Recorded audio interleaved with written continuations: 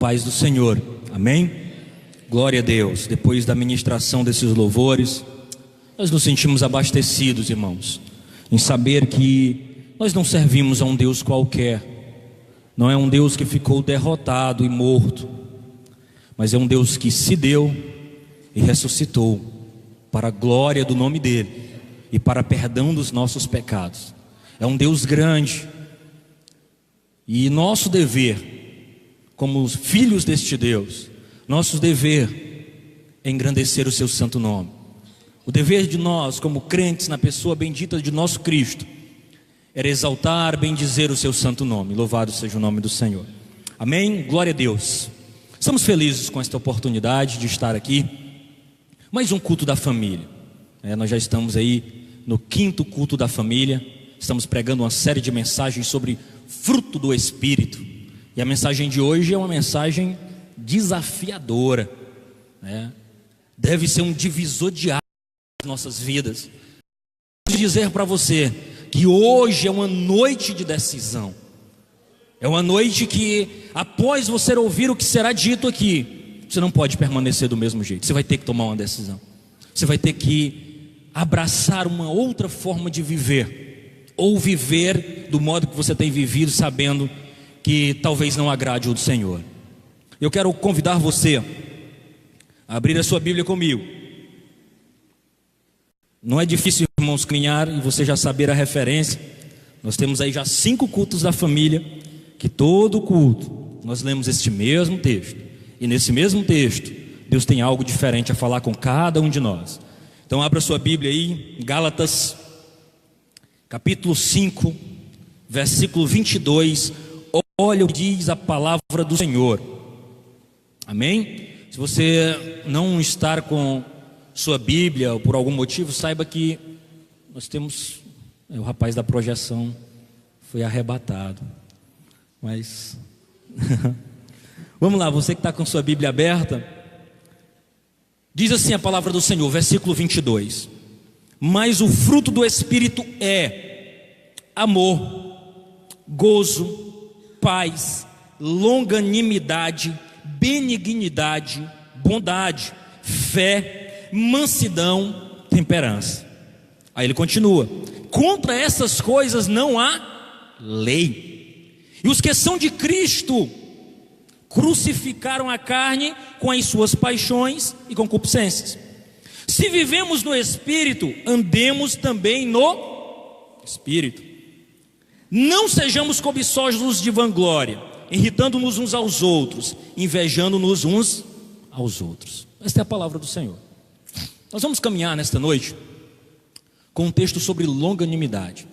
É uma palavra até estranha, talvez poucos aqui saibam o que significa. E eu quero caminhar com você, explicando para você qual era o intento do apóstolo Paulo, quando ele escreve para aquela igreja que estava na Galácia. Ele escreve às igrejas da Galácia, e ele explica aquela igreja e contrapõe. Ele diz: olha, aqueles que vivem segundo o mundo, eles têm um modo diferente de vida. Eles vivem pelos seus próprios méritos, pelo seu próprio jeito. E esse povo, e aí ele explica nos versículos anteriores ao texto que eu li, dizendo que as obras da carne é tudo aquilo que satisfaz a minha própria vontade, o meu próprio desejo humano. E aí ele entra agora com uma conjunção adversativa quando ele diz: mas, no entanto, todavia, aquele que é de Cristo, ele tem frutos diferentes, porque agora quem opera nele não é a obra da carne, mas é o fruto do Espírito Santo de Deus que habita em nós. E esse fruto em nós nos faz agirmos de modo diferente. Louvado seja o nome do Senhor. E é disso que nós vamos falar nessa noite. Como eu já lhe disse, hoje é uma noite de decisão, para você como indivíduo, para mim como indivíduo, e para nós como igreja, como comunidade de fé que abraçou a fé em Cristo Jesus. Você pode deixar a sua Bíblia aberta, e eu quero convidar você que nós vamos estudar esse gomo. Quando eu penso em fruto do Espírito, irmão, eu penso numa laranja, ou numa tangerina, se você preferir. Cada gomozinho ali representa um aspecto desse fruto. O fruto do Espírito, o Espírito em nós, nos faz ter amor, que nós já estudamos, alegria, que nós já estudamos, paz, que nós já estudamos, e agora nós estamos caminhando por mais um fruto, que é a longanimidade, que é o que nós vamos aprender nesta noite. Mas é interessante, eu quero abrir a minha fala de hoje falando sobre um texto de Mateus. Jesus, em uma determinada ocasião, ele foi questionado pelos escribas e fariseus, e isso está registrado lá em Mateus capítulo 15, versículo 1 a 3, dizendo assim: então chegaram ao pé de Jesus uns escribas e fariseus, atente, dizendo: por que transgridem os teus discípulos a tradição dos anciãos? Pois não lavam as mãos quando comem pão. Ele, porém, respondendo, lhe disse: por que transgredis vós também o mandamento de Deus pela vossa tradição? O que Jesus estava dizendo, e o que os fariseus e escribas estavam dizendo para Jesus era o seguinte: está vendo? Teus discípulos estão comendo e não estão lavando a mão. O ritual que nós conhecemos diz que antes de comer tem que lavar a mão. Mas a questão aqui dos fariseus, dos escribas, não era uma questão de higiene. Não era porque eles estavam preocupados com o fato dos discípulos comerem e terem uma infecção intestinal, terem uma diarreia, por exemplo, porque não lavaram as mãos antes de comer. O que eles estavam querendo aqui era dizendo assim: olha, observem os rituais. E nós gostamos disso, não? Às vezes nós nos apegamos aos rituais, ao rito.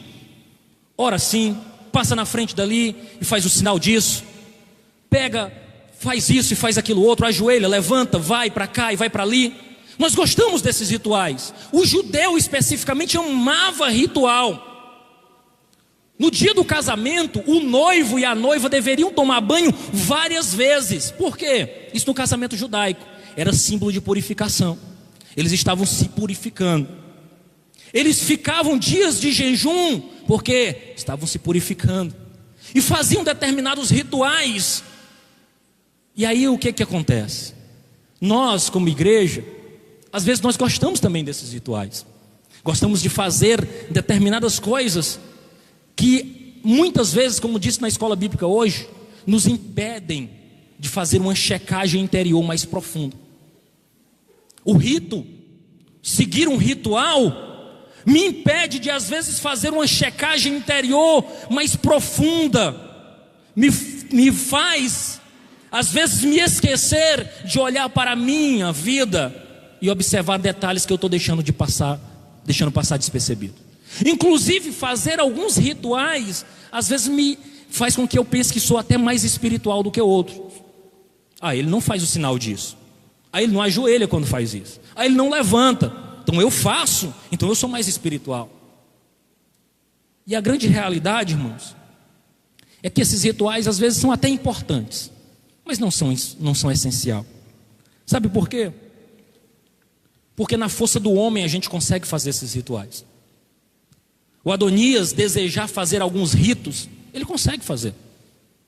Assim como tem pessoas que conseguem impor a si tal disciplina que fica dias sem se alimentar, consegue fazer uma disciplina de exercício físico e consegue obter o corpo que deseja, na força do próprio homem. Jesus, nesse mesmo texto, em Marcos, o evangelista é mais claro. Ele diz: esse povo, olha a expressão que ele diz: me honra com os lábios, mas seu coração está longe de mim. Ele estava falando de um povo que fazia apenas ritos, na força do próprio homem, mas não fazia uma checagem interior sobre a sua conduta, sobre o modo de vida que estavam vivendo. E o que é impressionante nós observarmos isso, é porque quando eu falo de longanimidade, fruto do Espírito, não é na força do homem. Sozinho, na força do meu modo de viver, eu jamais vou conseguir. Na minha própria força, eu jamais vou conseguir.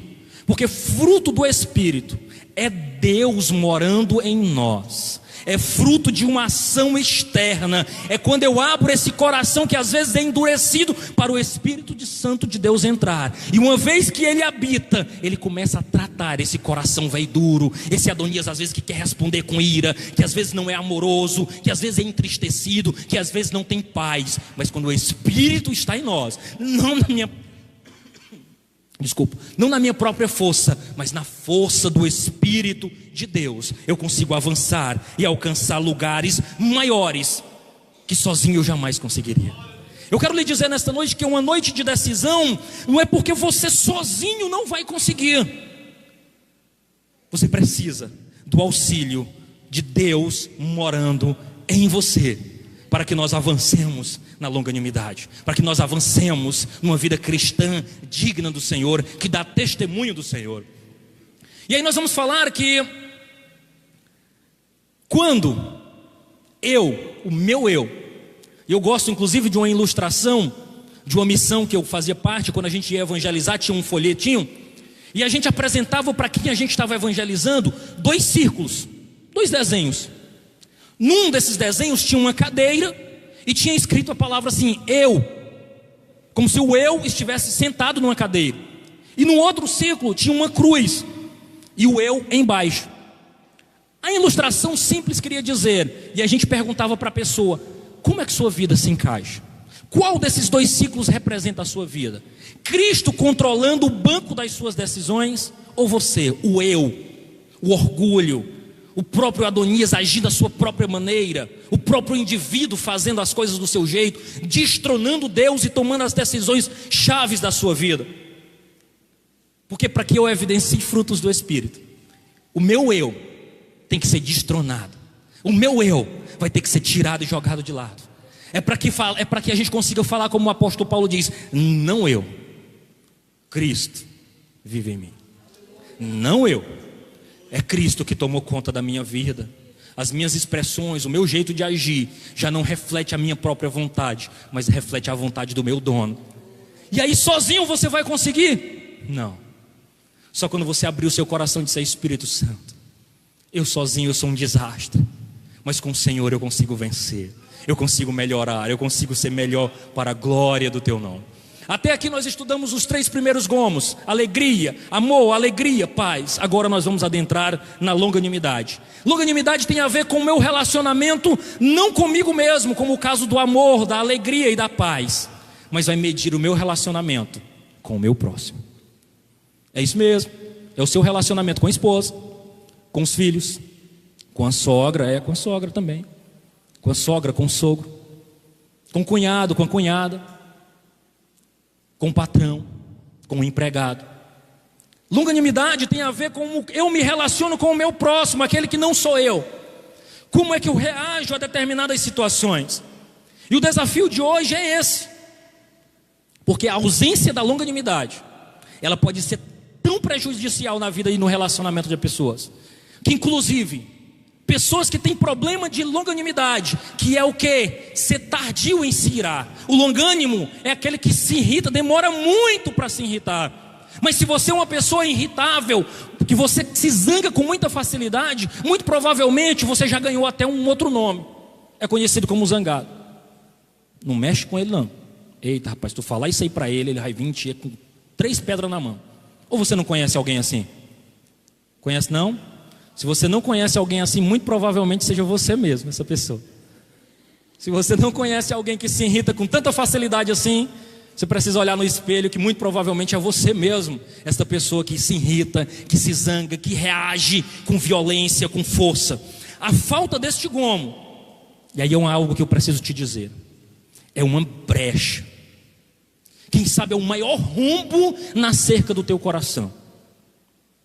É o rombo que o inimigo aproveita para colocar o pé dentro da tua vida e te massacrar, minar os teus relacionamentos. Porque eu não conheço alguém que se ira com facilidade, que depois de uma grande explosão não olha no espelho ou depois pensa, para que eu fiz isso? Aí entra um outro problema, o orgulho. Diz, mas já fiz, também não vou pedir perdão não, o fulano também estava errado.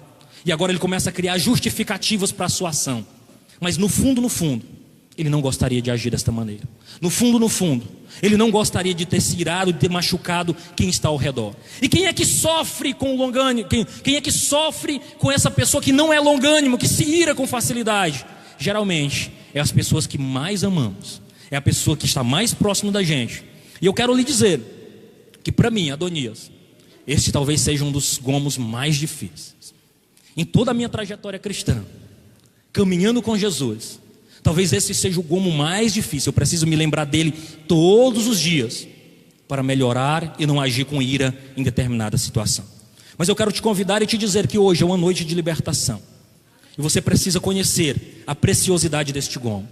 Você precisa conhecer e abraçar a preciosidade que é caminhar com Jesus, com o Espírito Santo de Deus, te auxiliando, te ajudando, te transformando a caminhar sem ofender e sem machucar pessoas. Eu preciso definir longanimidade. Longanimidade, uma expressão grega que diz assim, macrotomia. E essa expressão quer dizer o seguinte: aquele que suporta a injúria, ações e situações de irritação, de dor, oposto da impaciência. O significado sugere um estado sereno de alma que sustenta diante da provocação e da irritação. Me diga que uma pessoa consegue viver desse jeito se o Espírito Santo não estiver nele. Não consegue. Sozinho, o mais calmo dos seres humanos reagiria. A longanimidade, o Espírito Santo em nós, vai produzir um fruto, um estado sereno de alma, que às vezes você é insultado, injuriado, provocado, você respira fundo e diz: meu Deus, me ajuda. Senhor, eu não vou reagir como eu gostaria, porque eu sei que o teu Espírito está em mim. É alguém que sofre o dano. Só o Espírito Santo, irmãos, em nós pode nos ajudar a viver deste modo. Ao sair daqui hoje, eu quero lhe dizer que você vai ser provado. E quem sabe, antes de vir para cá você já foi. O menino se atrasou, o marido se atrasou, você já saiu com pressa, já saiu, quem sabe, brigando com alguém porque ia chegar atrasado no culto. Quem sabe alguém já te fechou no trânsito e demorou na sua frente, você já deu aquela buzinada de sair da frente, que eu tenho que ir para a igreja. Eu não sei. Mas fatalmente, nós temos milhares de motivos para nos irritar. Existe o desenho animado que ele mostra aquela famosa bombinha, né? uma bomba, algo redondo, que tem um paviozinho, que você liga e ele aí, pum, explode. Não sei se você já viu, se vocês são da época do desenho animado, você já deve ter visto. O longânimo, irmão, seria alguém que teria um pavio muito longo. Você ia acender aquele, ia demorar horas, até ele explodir e se irritar. Mas nós sabemos que existem por aí os pavios curtos. Pessoas que explodem no trânsito, que explodem no trabalho, que explodem no ambiente onde ele está. Facilmente o seu pavio estoura e ele sai brigando, estressando todo mundo. O mundo está cheio de pavios curtos, está cheio de pessoas, e certamente você conhece várias pessoas com este perfil. E acaba tendo que lidar com isso diariamente. Mas o que é interessante, o que nós aprendemos com Deus, é que existem alguns tipos de longanimidade. Inclusive, o nosso Deus nos dá exemplo disso. Porque o Deus que nós servimos, Ele é extremamente longânimo, sabe com quem? Comigo e com você. Olha o que diz o texto. Romanos 2, 3 e 4 diz assim: e tu, ó homem, que julga os que fazem tais coisas, cuida que fazendo-as tu, escapará do juízo de Deus? Ou despreza tu as riquezas da sua benignidade, paciência e longanimidade, ignorando que a benignidade de Deus te leva ao arrependimento? O Deus que nós servimos é longânimo. Agora você imagine só por um instante, se o Deus que nós servimos pegasse cada vez que nós irritamos o nosso Deus e Ele nos fulminasse com a violência da sua ira, o que seria de nós? Mas esse Deus que nós servimos é rico em longanimidade. Nós estamos às vezes se irritando, pecando, às vezes machucando o coração do nosso Deus, e ainda assim Ele tem sido paciente, Ele tem sido longânimo para conosco, tardio em se irar contra as nossas faltas, contra os nossos pecados. Mas a longanimidade também existe do homem para com os homens. Provérbios 25:15 diz: pela longanimidade se persuade o príncipe, e a língua branda amolece até os ossos. Longanimidade está diretamente ligado à ira. Longânimo é aquele que é tardio a se irar. A ira no meu e no seu coração talvez seja, como já lhe disse, a maior brecha para o inimigo atuar na sua vida. O diabo entra e acaba com o meu e o seu bem-estar físico, emocional e espiritual. Sabe por quê? Porque o irado, aquele que não é longânimo, ele não adoece só espiritualmente, mas as suas emoções são prejudicadas neste processo. Ele machuca e é machucado. Mas não só isso, aquele que se ira com facilidade adoece fisicamente também. Existem estudos aí que comprovam que a ira e o estresse têm causado grandes problemas na geração atual. Nós vivemos, irmãos, numa geração que o povo não tem paciência para nada. No sinal, se você cochilar, alguém já dá uma buzinada atrás de você. Se você custar um pouquinho, alguém já bate e aí já está feita a confusão. Ninguém tem paciência, ninguém é longânimo, todo mundo está irado. É esse o retrato da sociedade atual. Mas para nós, e eu quero enfatizar isso esta noite, nós temos uma recomendação diferente. O apóstolo Paulo, escrevendo à igreja que estava em Éfeso, ele diz no capítulo 4, versículo 26 e 27: quando vocês ficarem irados, não pequem. Apaziguem a sua ira antes que o sol se ponha. Não deis lugar ao diabo. Parece mandamento, né? O apóstolo Paulo diz assim: fique irado, mas não peque. Fique irado, mas não deixe o sol se pôr sobre a sua ira. E perceba que se você olhar nesse texto, o versículo 26 ele não termina com um ponto final. O apóstolo Paulo diz assim: quando vocês ficarem irados, não pequem. Apaziguem a sua ira antes que o sol se ponha. E o versículo 27 diz assim: não deis lugar ao diabo. O que o apóstolo está dizendo, sabe o que é? É que todas as vezes que eu fico irado, que eu deixo o sol se pôr sobre a minha ira, eu dou legalidade ao diabo para agir na minha vida. O que o apóstolo Paulo está dizendo: não des lugar ao diabo, não des legalidade para ele agir na tua e na minha vida. Toda vez que eu tenho uma crise de ira, que eu permito que a ira se instale no meu coração, que eu tenho uma crise de irritação e não trato esse sentimento, eu abro espaço para que o inimigo de Deus atue na minha vida, perturbando a minha saúde física, a minha saúde emocional e a minha saúde espiritual. Eu quero desafiar você nessa noite a conhecer a longanimidade, a reconhecer que quem sabe tem ira alojado no seu coração, e encorajá-la a pôr isso para fora em nome de Jesus, essa noite, a se livrar de tudo isso e viver uma nova vida com Cristo Jesus, deixando para trás tudo aquilo que te perturbou, aquele rancor, aquela amargura, as dores do passado, a ira do passado. Não vai produzir a justiça de Deus em hipótese alguma. Louvado seja o nome do Senhor. Eu quero desafiar você a ser longânimo, a reconhecer e a confessar. Tiago, o irmão do Senhor, no capítulo 1, versículo 19 e 20, ele vai dizer: meus amados irmãos, tenham isso em mente, sejam todos prontos para ouvir, tardios para falar e tardios para se irar, pois a ira do homem não produz a justiça de Deus. O que o apóstolo Tiago, irmão do Senhor Jesus Cristo, estava dizendo é: ouça muito, fale pouco, se ire menos ainda, porque a tua ira, a tua irritação, mesmo que você tenha razão, não vai produzir a justiça de Deus.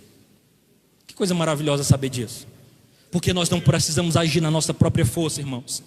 Nós sabemos que toda vez que eu me iro, toda vez que eu assumo a posição de um grande ofendido, toda vez que eu assumo a posição de alguém que se ofendeu e que é o centro do universo, eu estou destronando Deus e ocupando o espaço que é para o nosso Deus. Louvado seja o nome do Senhor. Que Deus nos ajude a não caminhar por isso, porque quando eu me iro, quando eu tento resolver pelas minhas próprias forças, quando eu tento dar o meu próprio jeito, eu estou desbancando Deus, eu estou destronando Deus, tirando Ele da posição dEle. E aí a minha justiça, a minha ira, ela vai agir além das consequências, vai machucar pessoas, vai me machucar e não vai produzir a justiça de Deus. Existem alguns tipos de ira, e eu quero lhe dizer que a ira não é um sentimento diabólico em si mesmo. A ira é algo que é perfeitamente possível para o ser humano. O que torna a ira diabólica é quando eu acabo excedendo, aumentando muito mais através dos meus sentimentos. Quando eu extrapolo, é que essa ira passa a ser uma ira pecaminosa. é que esta ira passa a ser algo que não agrada ao Senhor. Mas quando eu me sinto, às vezes, indignado, ofendido, e me iro com determinadas situações, e não extrapolo, é algo que é perfeitamente possível. E nós precisamos entender a ira e a sua essência. Porque existe uma ira santa. Como é, irmão Adonias? Existe uma ira que o apóstolo Paulo vai falar no texto que nós lemos. Ireis, mas não pequeis. O que ele está me dizendo, está dizendo para você, para mim, é que é possível eu ficar indignado. Em que circunstâncias, irmão Adonias? Quando eu fico indignado com situações, por exemplo, que ofendem o próprio Deus. Quando ofendem o meu irmão, quando ofendem a minha família, quando ofendem, quem sabe, a sociedade ou a natureza, é perfeitamente possível ficar irado. Ou você não se ira, você que é o pagador de impostos, quando se desloca, por exemplo, de Teresina até Piripiri e percebe uma estrada cheia de buracos. Você diz, rapaz, eu pago os meus impostos. Ou você não se ira de repente quando cai num buraco e corta um pneu, você diz, rapaz, mas não era para estar aqui. Eu tenho pago os meus impostos, como é que pode? Ou você não se ira, por exemplo, quando estar ali tranquilamente na sua casa e de repente é assaltado, tem um bem seu tomado à força. Quem não se ira numa situação como essa? Todos nós. Eu tenho dito para alguns amigos mais próximos que tem sido uma dificuldade pregar essa série de mensagens, porque eu tenho sido extremamente desafiado em cada uma delas. E sexta-feira agora, eu estava sexta-feira, na realidade no sábado pela manhã, eu ainda estava em Teresina, quando de repente eu recebo uma ligação. Ele disse, Adonias, tu está sabendo? Eu digo, não estou sabendo. É porque entraram na tua casa, aqui em Piripiri. Eu digo, é mesmo? Foi. Tá bom, deixa eu saber mais. Aí liguei para a mamãe, disse, meu filho, entraram. Eu digo, o que foi que levaram? Não, eu só estou sentindo falta aqui do equipamento que controla as câmeras. Irmão, eu quero dizer para você que eu estava já de saída para cá. Foi 2 horas longas de viagem. Porque no primeiro momento eu estava desviadinho. E você, irmão Adonias, você? Eu digo, eu. Eu estava pensando, rapaz, se eu pego esses camaradas, como é que eu faria? Aí quando foi chegando, andando, chegando em alto, meu coração já foi mudando. Eu não dei uma palavra, a irmã Kelly vinha junto comigo. E eu calado, pensativo, eu digo, meu Deus, como é que eu vou fazer com esses camaradas? Será que eu vou descobrir o que foi que eles fizeram? Aí você começa a imaginar o que foi que eles arrebentaram. E diz, rapaz, arrebentaram as minhas coisas. Dá tanto trabalho para conseguir. E aí você começa a pensar. E aí você começa a questionar tudo e todos. Só que a viagem é longa, né? E você vai aplacando, eu digo, Jesus, domingo à noite eu vou pregar sobre longanimidade. Sobre a possibilidade que você tem de se irar, mas não tem de pecar. E o fato é que quando eu cheguei, o estrago foi bem menor do que eu pensava. Eu digo para você que o meu coração até ficou mais em paz. Eu digo, são as coisas que acontecem. Isso me impede de ficar irado? Não. Isso impede de ficar chateado e buscar justiça? Não. Acionei quem deveria ser acionado, fiz o boletim de ocorrência, fiz tudo que tinha direito, mas agora eu vou me martirizar eternamente, me indignar, dizer o que não devo dizer, sair à procura como um grande justiceiro, procurando ceifar a vida de quem quer que seja? Não.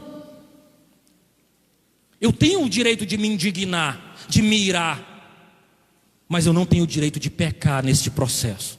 Eu tenho que me examinar, para que essa ira, que não produz a justiça de Deus, não habite o meu coração ao ponto de se tornar rancor e me fazer uma pessoa irada, uma pessoa violenta, uma pessoa que vai atrás dos seus direitos até as últimas consequências. E aí a gente vai aprendendo nesse processo. Nós temos motivo de sobra. Jesus se irou em determinadas circunstâncias. Jesus entra no templo e vê os cambistas ali, e ele tem uma ira santa. Ele pega a zorrague e espanca aquele povo, e tira aquele povo dali. Por quê? Porque tinham transformado a casa dele num grande comércio de câmbio e não estavam honrando aquele lugar que era para a adoração do Senhor. Jesus se irrita, mas tem a ira pecaminosa, e deixa eu avançar aqui. E a ira pecaminosa geralmente ela é infundada, ela é egoísta, ela atende os meus próprios objetivos e direitos. É como o pai, que às vezes o filho erra e ele o corrige além da conta, espancando e maltratando a criança, quando na realidade Muitas vezes aquela pequena criança, aquele pecadorzinho ali, fez o que fez para chamar a atenção. O que eu deveria fazer como pai? Disse: meu filho, antes de você me ofender, você ofende a Deus. Olha o que o filho pródigo diz quando ele encontra o seu pai. Ele diz: pai, eu pequei contra os céus e pequei contra ti. Aquele filho pródigo tinha consciência que antes de ter pecado contra o seu pai, ele tinha pecado contra Deus. E é isso que nós precisamos entender. Nós não somos o grande ofendido do universo. Nós não podemos chamar para nós algo que não nos pertence. O nosso coração, ele não foi feito para comportar um excesso de ira, para comportar toda a ira que existe.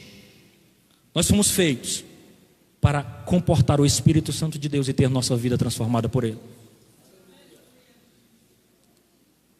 Existe ainda a famosa ira perfeccionista. Será que você conhece essa ira? É um tipo de ira pecaminosa. Eu vou dizer para você que eu também sofro com isso. Ira é comigo mesmo. Sabe o que é isso? É alguém que faz bem algo, e quando ver alguém fazendo diferente do modo dele, ele diz: mas não sabe fazer. Me dá, deixa eu fazer logo. Você conhece alguém assim? Alguém que diz: não sabe, meu Deus do céu, como é que pode? E se irrita e se zanga. Somos irados pela maneira que o outro faz as coisas. O fato do outro respirar, porque respira diferente de você, você zangou, você se irritou. Não nos colocamos no jeito do outro, nos ofendemos com a forma do outro, com o jeito do outro, do modo do outro. Na igreja acontece isso, será? É claro. Alguém se irrita do jeito que o irmão canta, do jeito que ele prega, do jeito que ele dirige. Não agrada, irrita. Ele diz: não aguento mais.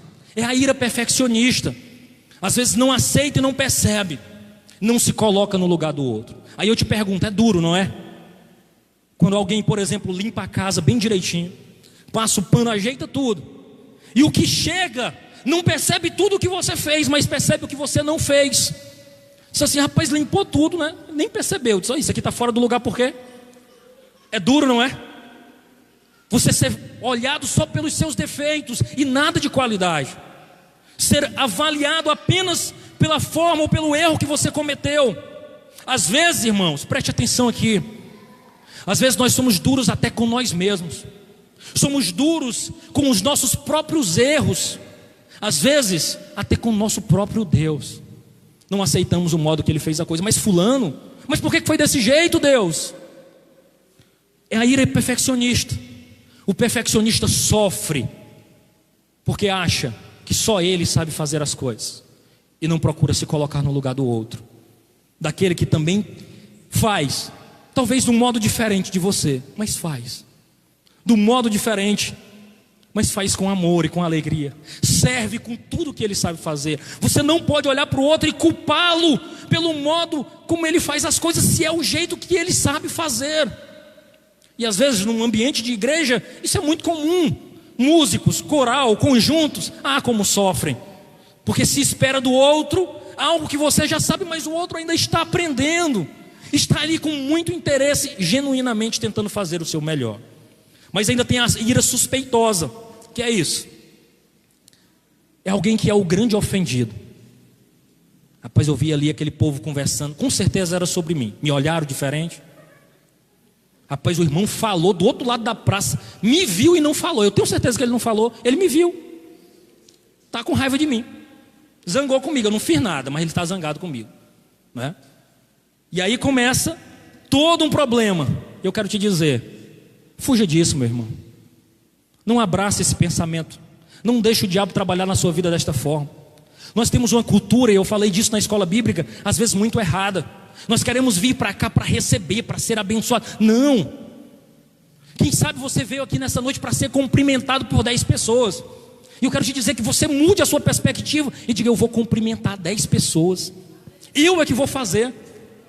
Eu quero te dizer que talvez no meio dessa multidão toda, é possível que você passe despercebido, alguém não te note, mas não significa que você não seja amado. É uma comunidade de fé, é um povo que ama uns aos outros. Então não deixe de lado a síndrome do coitadinho e diga: eu vou abençoar a pessoa. Não falaram comigo não, pois eu vou falar com todo mundo. Não me viram não, pois eu vou falar com todo mundo agora, eu vou ficar na porta, agora eu vou ser notado, eu digo, olha, eu te amo, que bom que você veio, que bom que você esteja aqui. É uma comunidade, irmãos. Não fuja dessa ira suspeitosa, dessa ira que acham, estão me perseguindo, querem o meu lugar, ninguém gosta de mim. Não, você é amado por Deus, você é amado por esta igreja, você é amado por este povo, você está no lugar certo, porque você é alvo do amor de Deus. Louvado seja o nome do Senhor. Deixe de lado, não aceite no seu coração, às vezes, essa insinuação do inimigo. Mas quais são as causas da ira? Meu irmão, são tantas. Quem sabe, palavras duras e ofensivas que foram ditas. O desprezo com a opinião. Quem sabe, quando somos enganados, ou como alguém mente para nós. Ou quando os erros não são admitidos. Ou quando nós somos desvalorizados, a nossa opinião é desvalorizada. Quem sabe, a ira tem causas como necessidade ignoradas, perseguição, calúnia, o constrangimento. Alguém me constrangeu. Alguém pegou o microfone e relatou a minha vida e mandou uma indireta para mim, me ofendeu, me feriu, me machucou. Quem sabe são tantas as causas de ira alojada no coração. Mas eu quero te dizer que caminhar com esta ira não vai te levar a lugar nenhum. Hoje é noite de decisão. É noite que você vai decidir se livrar deste fardo que, quem sabe, você tem carregado por longos anos. É noite de libertação para você. É noite que você vai pegar essa ira e vai jogar fora e dizer: Deus, trata e limpa o meu coração. É noite de cura, irmãos. É noite que o Espírito Santo quer tratar a tua vida. Mas existe ainda as marcas de uma pessoa irada. E o irado, ele se denuncia pela rigidez, as atitudes argumentativas, tudo ele tem resposta. Eu lembro de uma vez eu brincando com um amigo, a gente conversando, e ele me falou uma coisa e eu já fui com muita ênfase. Aí ele brincou comigo e disse assim: guarda a tua espada, Pedro. Aí eu entendi a relação lá com o jardim do Getsemane, que Judas, quando leva os homens para prender, a primeira coisa que Pedro faz é tirar a espada e corta a orelha lá do Malco, como diz a tradição. E aí ele brincou comigo dizendo assim: guarda a tua espada. Porque muitas vezes nós nem perguntamos nada, já tiramos a espada e decepamos alguém. Já tiramos a espada e já devolvemos a ferida, já machucamos. E quem sabe não era momento para aquilo. Quem sabe respirar fundo apaziguaria tantas coisas. E essa ira também estava presente num personagem no Antigo Testamento, Jonas. Jonas tinha um grande problema com os ninivitas. Quem sabe um dia eu trago uma mensagem só sobre Jonas. E de repente, ele não queria pregar para os ninivitas, porque ele sabia que Deus poderia se arrepender e perdoar aquele povo. E agora Jonas tenta fugir, Deus pega ele, bota no peixe, leva para a praia, ele resolve pregar. E aí ele fala para Deus e diz assim: Deus, eu sabia que o Senhor ia perdoar esse povo. Mas Deus é pedagógico, é didático, e ele faz nascer um pé de aboboroeira, quase que não sai a palavra. Um pé de abóbora, né? Vamos forçar um português não. E aí agora esse pé nasce, cresce, faz uma sombra para Jonas. Jonas acha bom demais. E aí Deus faz subir um animal, um inseto, pica, e a planta morre. Quando o sol bate na testa do Jonas, o Jonas se chateia tremendamente com o pelo daquele pé e diz: eu quero morrer. Deus olha para ele e diz assim: Jonas, é justa essa tua indignação? É justa essa tua ira? É a pergunta que você deve fazer. É justa a ira, quem sabe, que eu carrego no meu coração? Eu quero lhe dizer que poucos escapam desta palavra desta noite. Eu quero dizer que talvez aqui tem um depósito acumulado de ira gigante, que precisa ser jogado como fardo fora. E Deus trata o coração de Jonas dizendo: esse pé nasceu e no outro dia morreu, e tu não tem penas destes ninivitas que não sabem definir sobre a mão direita da esquerda. Esse povo precisa de mim, Jonas. Às vezes nós somos assim, irmãos. Nós não queremos dar oportunidade para aqueles que nos feriram. Jonas se sentiu ofendido com os ninivitas e desejou para eles que Deus os matasse, não desse novas oportunidades. Mas eu quero te dizer, o nosso Deus é um Deus de novas oportunidades, inclusive para mim e para você. Mas o irado também, ele tem outros sinais, e esses sinais são perigosos, que são os sinais não verbalizados. Ou já aconteceu com você não? Alguém que dá o gelo do silêncio. Você irritou, você falou uma coisa, eu digo: não vou lhe falar nada. respostas monossilábicas: sim, não, não quero, obrigado, tá bom. Ou não acontece com você?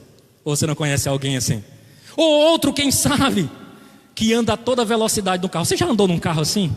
O cara se zangou com alguma coisa, meteu o pé no acelerador, saiu a toda velocidade. Você, meu Deus, o que foi que eu fiz? Ai, vamos todo mundo morrer aqui agora. O que foi? Jesus, me ajuda. Sai a toda velocidade na moto porque estava irritado, o grande ofendido.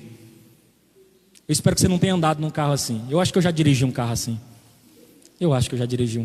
O grande ofendido, o centro do universo, que teve os seus planos e projetos frustrados, e agora ele corre risco, ele arrisca a sua própria vida, ele arrisca a vida da sua família, ele corre o risco de uma trancada e de ter um problema no trânsito, de bater em alguém, porque estava irado, estava com o coração irado. O indivíduo irado, ele se coloca no centro do universo. O pastor Armando Bispo, da Igreja Batista Central de Fortaleza, ele diz: a grande verdade é que a ira instalada no coração do homem destrói a sua saúde física, emocional e espiritual. Aquele que se ira, aquele que vive com ira, adoece do seu corpo. Ele entra, essa ira gera depressão, gera baixa imunidade, provoca inclusive alguns tipos de câncer. Eu nunca vi tanta ira nos estádios, nos condomínios, com o vizinho, no trânsito. Só Jesus para tratar o coração deste povo. E agora João, ele diz que aquele que está irado, aquele que não ama o seu irmão, não pode andar na luz. Ele anda na escuridão, ele anda nas trevas. Como lidar com isso? Eu já estou caminhando para encerrar. Compreenda que a essência, ou na maioria das vezes, a nossa ira ela é egocêntrica, pecaminosa, egoísta e cheia de emoções negativas. Alguém que se ofende porque a esposa tirou um objeto do lugar. Cadê, mulher, o negócio que estava aqui? Ou homem, eu não sei. O pastor Armando Bispo cita um exemplo de uma mulher que ligou para ele acuado dentro do quarto, escondendo do marido, porque o marido estava bufando do lado de fora, chateado porque a mulher tinha tirado um objeto do lugar, e ele se sentiu o grande ofendido do universo. Que coisa terrível. Você diz: mas eu nunca vou chegar a esse nível. Tenha cuidado. Muitas vezes, quando nossos objetivos são frustrados, nós queremos descontar no outro. O pastor Martin Luther King, pastor americano, grande ativista pelos direitos humanos, ele diz: você não pode evitar que os pássaros voem sobre a sua cabeça, mas pode evitar que eles façam ninho. Você não pode evitar situações de ira, de estresse. Você não pode evitar a provocação do outro. Eu não tenho controle nenhum nas atitudes do irmão Kennedy para comigo, mas eu tenho um controle sobre as minhas reações para com ele. Ele pode me ofender, mas a resposta que eu dou pode ser diferente. É isso que nós precisamos entender, que muitas vezes você e eu somos ofendidos, e às vezes com razão, legitimamente. Quem sabe você foi traído, ofendido, machucado. Quem sabe te enganaram, te passaram a perna, te humilharam. Você tem razão para isso, mas não se coloque como o grande ofendido, porque a Deus pertence a vingança. Ele vai retribuir. Pegue todo esse pacote, coloque aos pés da cruz e diga: Deus, cuida da minha reputação, cuida dos meus interesses, cuida da minha vida. Louvado seja o nome do Senhor. Você tem duas atitudes. A primeira, fale com Deus.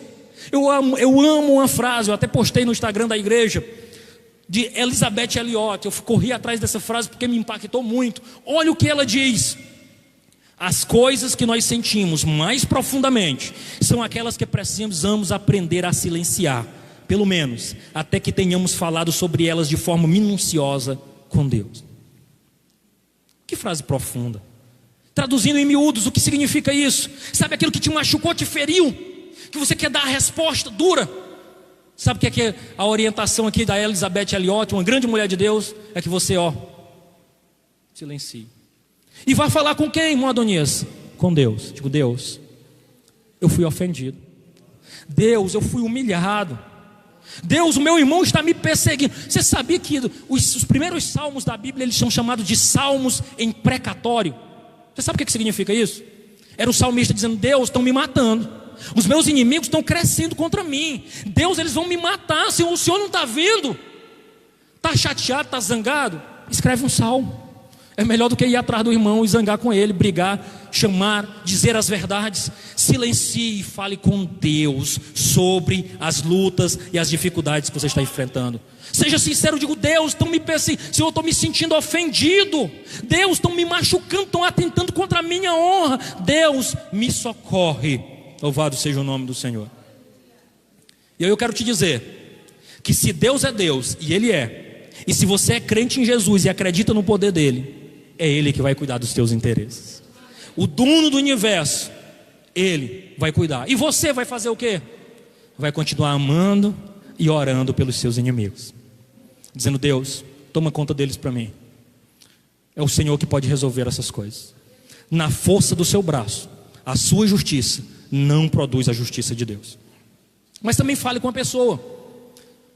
O próprio Paulo, escrevendo aos Efésios, ele diz: por isso deixe a mentira e fale a verdade, cada um com o seu próximo, porque somos membros um dos outros.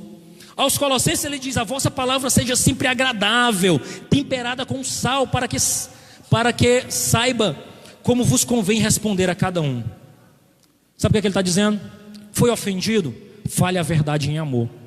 Diga: meu irmão, eu me senti ofendido mesmo, a sua palavra me machucou, mas eu estou aqui não para dizer que você me machucou, mas para me reconciliar com você, para acertar os nossos ponteiros, para ajustar a nossa conduta. É isso que a palavra de Deus nos orienta. Não use a desculpa do covarde. Eu falo mesmo, me provocou, eu digo é na lata, eu não levo desaforo para casa. Não, a palavra de Deus diz que você não tem essa liberdade, porque a sua palavra deve ser temperada com sal. Tem que ser a verdade em amor, não para destruir o próximo, mas para o restaurar a Deus. Esse é o papel da nossa comunidade, do nosso povo, da igreja do Senhor. É assim, irmãos, que nós seremos conhecidos como um povo que tem um Deus e que serve a Deus aí fora, dando testemunho de vida nas nossas relações com os nossos próximos. Louvado seja o nome do Senhor. E eu quero caminhar para encerrar dizendo que sua atitude deve ser uma atitude de perdão.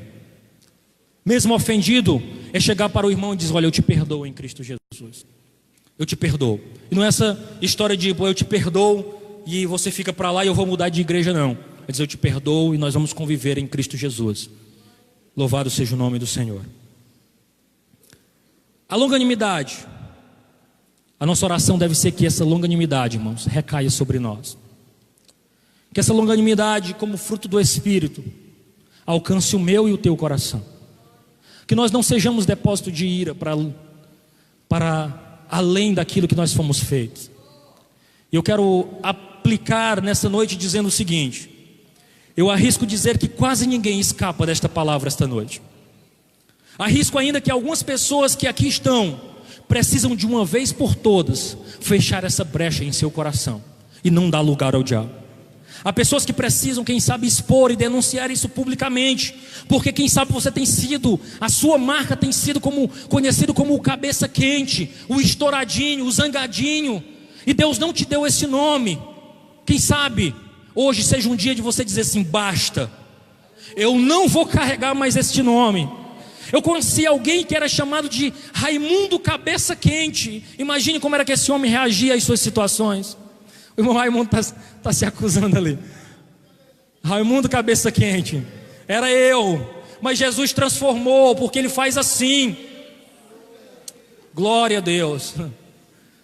Já pensou que hoje você tem a oportunidade de ter o seu nome mudado, mas não Raimundo Cabeça Quente, mas Raimundo Filho de Deus, Raimundo crente em Jesus, Raimundo que tem um novo nome escrito para a glória do nosso Deus. Deus quer te dar um novo nome. Basta de você caminhar carregando o nome de uma pessoa irada. Tome a decisão nessa noite, sabendo que a sua ira, a ira do seu coração, não produz a justiça de Deus. Eu quero convidar você a curvar a sua cabeça. E já quero convidar o irmão Kennedy. Ele vai louvar, junto com um grupo de louvor, imagino eu. E é uma canção muito sugestiva. É uma canção sugestiva porque é uma oração. É uma oração de alguém que diz assim: eu não quero esse coração. Eu não quero esse coração vendido, que machuca, que fere. Mas eu quero um coração igual, sabe de quem? Ao teu, Senhor.